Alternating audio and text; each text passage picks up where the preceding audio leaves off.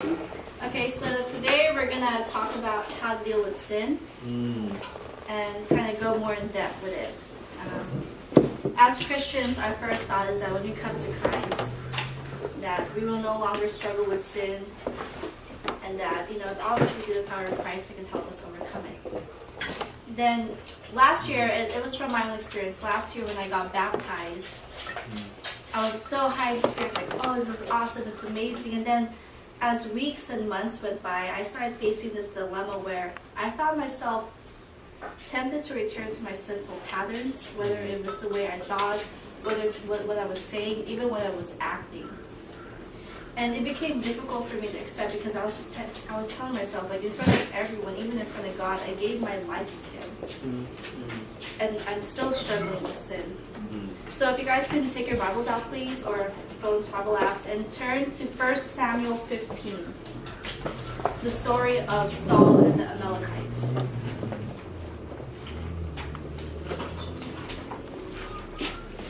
So just to go in depth, this is obviously it takes place in the Old Testament. And Saul is the first king of the Israelites. Samuel is the prophet sent by God to Saul to anoint him as the first king. What was the verse again? Saul. First Samuel. No, Saul. Oh, 1 Samuel 15. So, and then the Amalekites were the enemies of the Israelites. They were constantly waging war on them, stealing their livestock, just being horrendously with their children. So God commanded King Saul, the first king of the Israelites, to destroy the entire nation of the Amalekites. That spared no child, no woman, no man, or even the livestock. That's how much that he wanted them to just be erased. So they go out to war. Saul and his men, they go out to war. The thing is, they killed everyone except they spared King Agag's life, the king of the Amalekites, and along with the best of the livestock. Remember, that's already disobedience on King Saul. God commanded him, spare no one's life. And so let me read 1 Samuel 15, verse 9. Saul and his men spared Agag's life and kept the best of the sheep and goats, the cattle, the fat calves and lambs, everything in fact that appealed to them. They destroyed only what was worthless of poor quality in their sight. So just kind of think about it. Isn't that how sin is? It's appealing to us, right? And Saul and men is a representation of how we are with sin. God commands us to do all this, and the commandments that appeal to us, will do it. The commandments that don't appeal to us, we don't follow.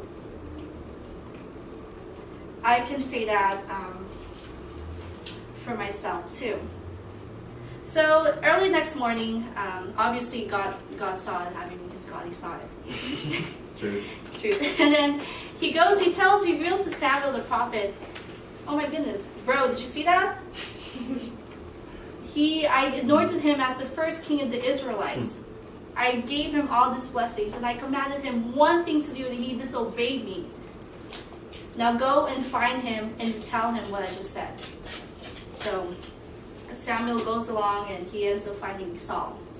And the first thing that Saul did to try and cover up his sin, he ends up telling Samuel, I did what God commanded. Then all of a sudden Samuel's like, are you sure? Why are there livestock that's not from us? And is that the king I see? I think that's King Agag in chains. What's up with that? Like, obviously you can't justify that. But the thing is, Saul was caught red-handed, and he still tried to justify his disobedience to God, not once but twice. So let's read up on it. So basically Saul answered, so let's go look at verse 15. And Saul tells him, it is true that the army spared the best of the livestock, Saul admitted, but they're going to sacrifice them to the Lord your God, so that's why we spared it, so we can sacrifice it to God.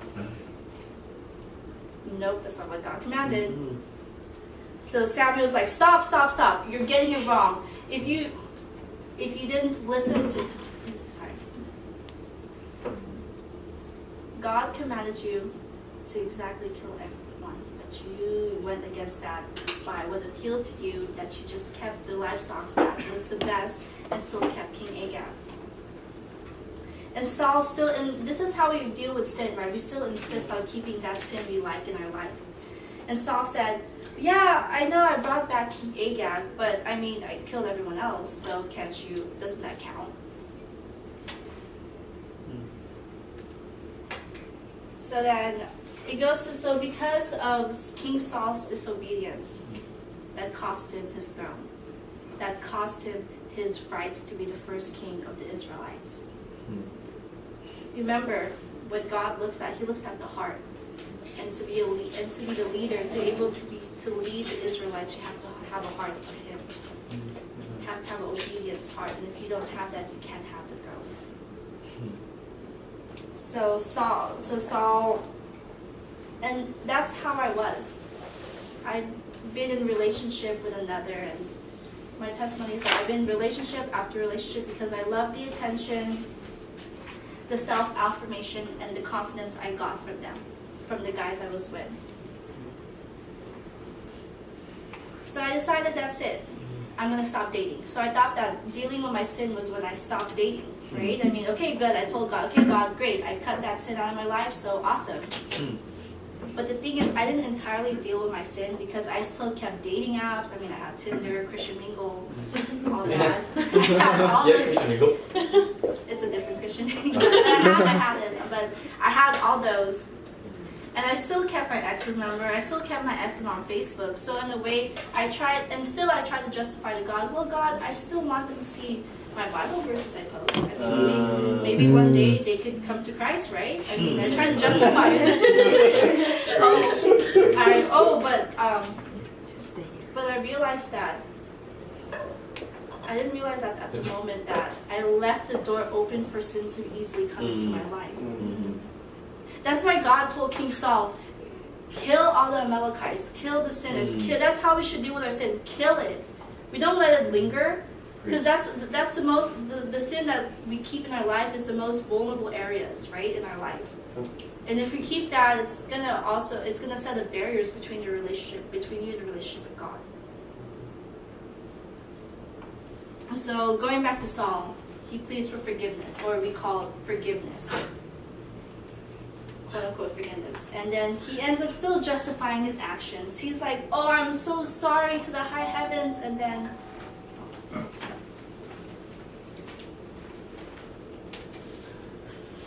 Keep going. And Saul said that the reason why that he kept King Agag, he kept the livestock, was so that he doesn't disappoint the Israelites, the people. Remember, when you're pursuing a relationship with God, there's no compromise. You cannot compromise, oh God, okay, I'm going to do this, but I'm not going to follow this. There's no compromise. It's either you give your full heart to Him or you don't give your heart at all. So, let's we go to the slides. Yes. It's right behind you. The arrow. Oh, Sorry. Just click next on the maybe I the got you. space bar. I'm so sorry. I'm Stop it.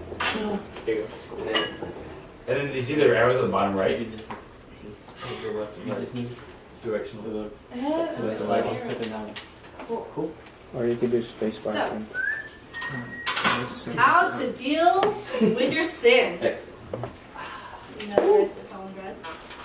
First, recognize your sin. You gotta recognize what is that sin in your life. Because remember, that sin you're holding on to could also cause it causes a little rapture internally. Decide and act against it. You gotta.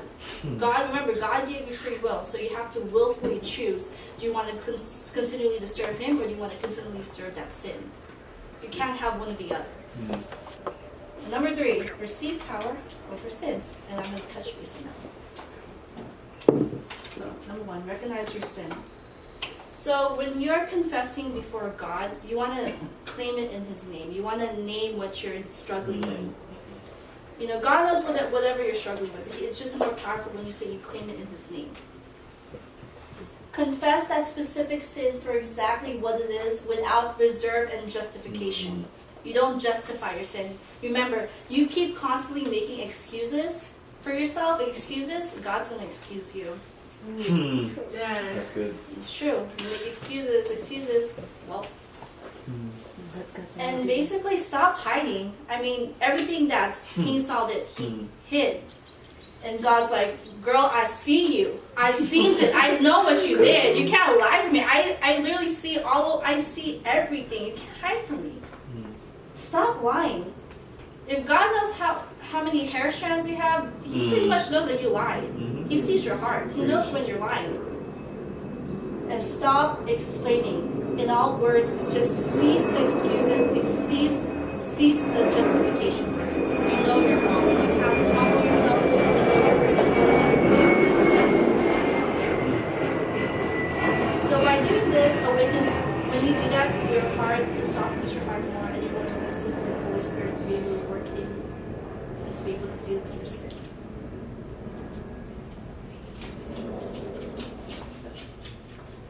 Decide and act against it. So it's a spiritual 180. It's like turning away from your sin. So basically, if you know you're struggling, let's just say I used to struggle with lust. I used to lust after men. What is one thing the things I did? I started dressing more wholesome. Obviously, what I put out there is what I'm going to get. And I'm going to get temptation, right? If I were to dress revealing, guys would come up to me, and then that's where my most vulnerable areas were. So I had to change that. Even avoiding going to parties, even hanging out with a guy one-on-one, knowing that I am vulnerable in that area, I cut that off. It was painful at first to deal with it because I told God, all my life I found confidence in men. And then that's when God steps in. He goes, you will not find confidence in them. I am your confidence.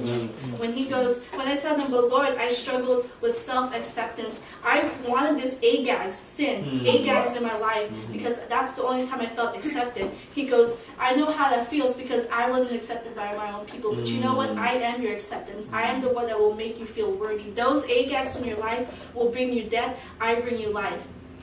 And I go, but Lord, I just wanted to feel loved by this. That's why I pursued those Agags. And God goes, I am that real love. I am that love that will sustain you. Their love, those Agags' loves will bring you death. I will bring you life. You think that I don't love you? I loved you from the first I formed you in your mother's womb. That's how true my love is. And that love is unconditional. Even if you were to turn away from me, I still loved you. When you were unlovable, I still loved you, Nina. So, you are forgiven. Just know that. I know that the problem when we deal with sin is that we're the ones that are hardest on ourselves. God's already forgiven us when we repented and turned away from your sin. But it's just us that we need to know ourselves that we are forgiven because we are His child. And again, one thing that helped me deal with my Agags in life is that I seek a mentor. I seek an accountability partner. I interned with South Bay. I started volunteering more. I started being more involved with church because the thing is, it's insanity if you keep on doing the same thing over and over again and you expect different results. If you want to change, go be with people who have a heart for Christ, who have a mind who want to pursue Christ. Be with those people. Don't keep on hanging with your old friends because they're not going to drag you anywhere but towards death. And the thing is, what South Bay is known for, South Bay Church, is going through life alone is not an option. Amen. Community is a necessity, and that's how you're able to get through your Agags in life. And one thing that I also struggle with is I started reading the Word more. You need to start preaching the gospel to yourself. So, for example, because you're not going to be with your community all the time. And my Agags hit me when I was alone. When I was alone and I needed attention, I needed that acceptance, and I was so tempted to talk to someone because I felt alone. And I realized I turned to the living Word, the Bible, and I remember there were scriptures that I would reference that I could easily turn to and read and just meditate on. Remember, preach yourself to the Word. And even when you're driving and when those thoughts fill your head, then you remember Philippians 4:13. Right then and there, boom. Remember that God, when you give your life to Christ, you've been clean. by His blood, and that the devil has no hold on you. Amen. You gotta truly believe that. Because your community can believe it for you, but if you don't believe it for yourself, Yeah. it's pointless. Receive power over sin. Now, I struggled with sin because I relied on my own strength. Meaning that I knew that we can't just rely on the pastor's strength, my strength, or my mentors, or my accountability partner's strength. I have to rely on God's love. It's just something, it's funny how something so, simple, it was something so complicated for me to accept. It really was. And just know that no other power will do and no other power can do, but only the will of Christ and only God's love can have an effect in your life when it comes to dealing with sin.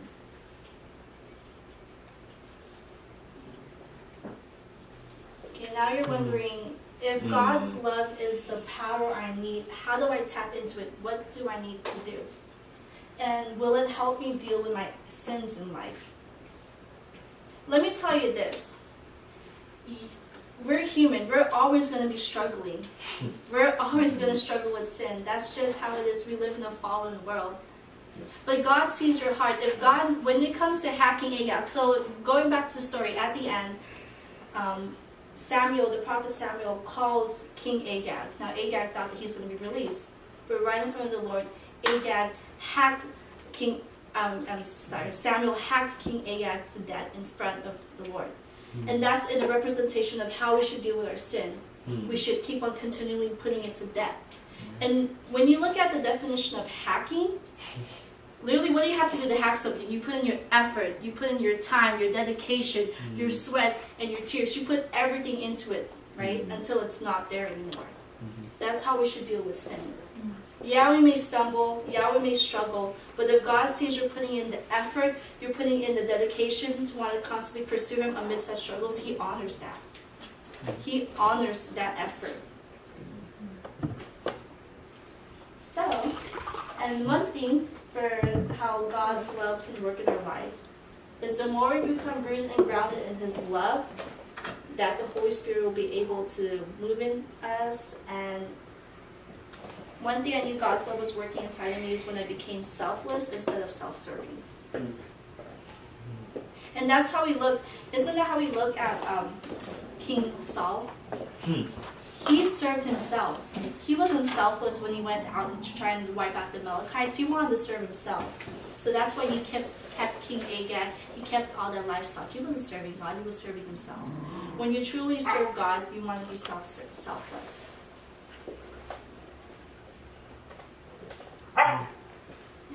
That's how I dealt. That's how you deal with sin.